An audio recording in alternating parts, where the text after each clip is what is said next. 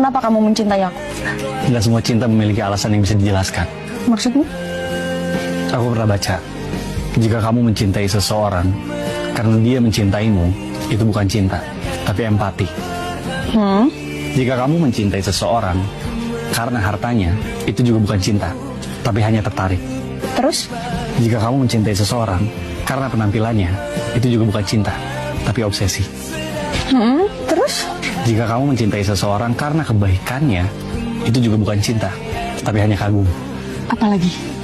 Jika kamu mencintai seseorang karena pandangan pertama, mungkin itu karena dipengaruhi oleh satu hal, gairah. Cinta kamu yang seperti apa?